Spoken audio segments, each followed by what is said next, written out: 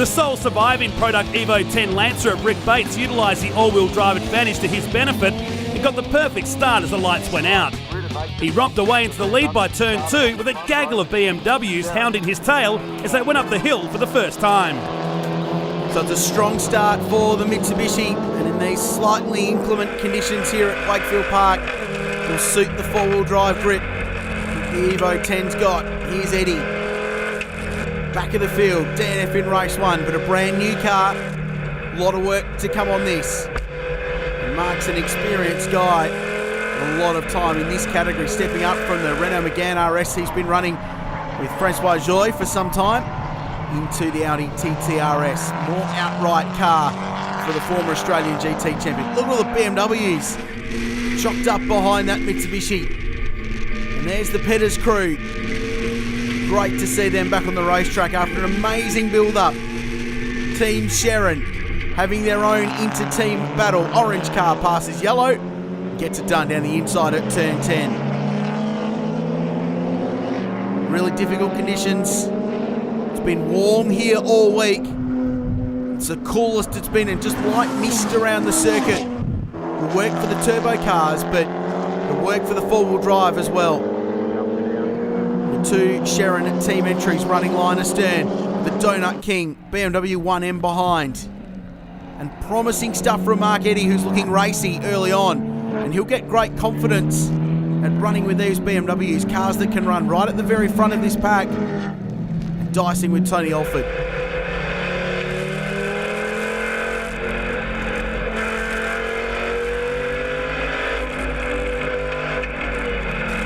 Sounds great. Like a mini Lamborghini. He'll be familiar from those from his time in Aussie GT. And already this car looking really racy with a very capable driver behind the wheel. Alford also up behind that second entry from the Queensland team, Sharon Rentals Racing. Bates leading away out in front. Great to see the diversity. Mitsubishi, BMW, two different models of BMW.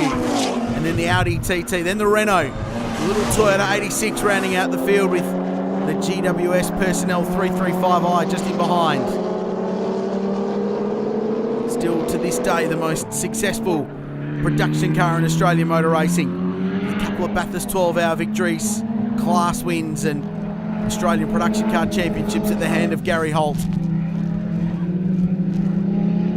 But the story early in this race is this pace shown by Mark Eddy, who's running very, very well at the back of these two BMWs.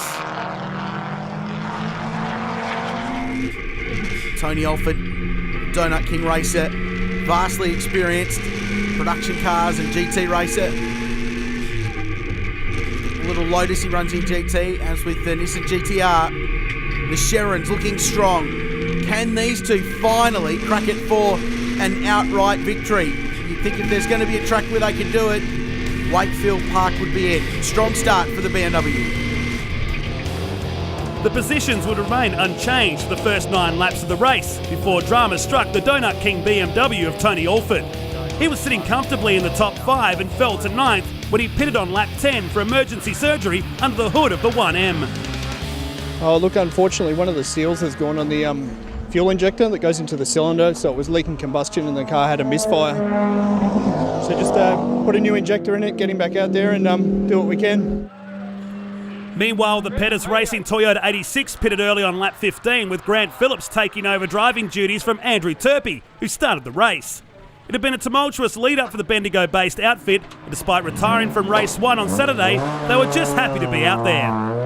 Yeah, it was a little bit. We thought we would go out and we had a few dramas yesterday, so that was always part of the plan, is to try and distance ourselves. We have a bit of trouble getting past that Class C car and keeping up because there's a bit of a horsepower difference, even though we've got advantage under brakes. And I think we can make up some track position by separating ourselves on the track. So we were hoping for an early safety car, but that's never always, they never come when you need them. So we thought we'd take the opportunity and pit now while we can and get Grant out there.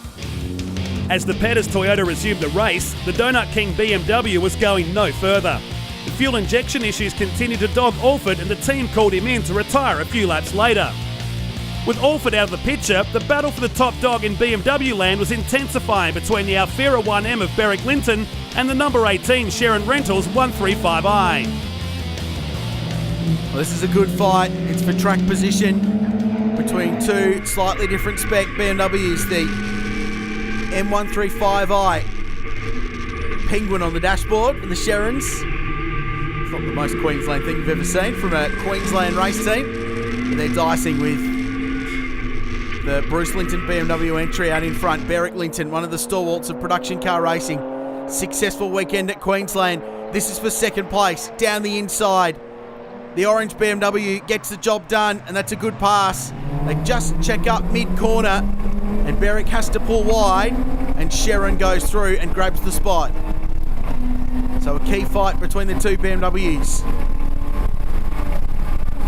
It's been a great comeback in the second half of the season for BERIC LYNTON.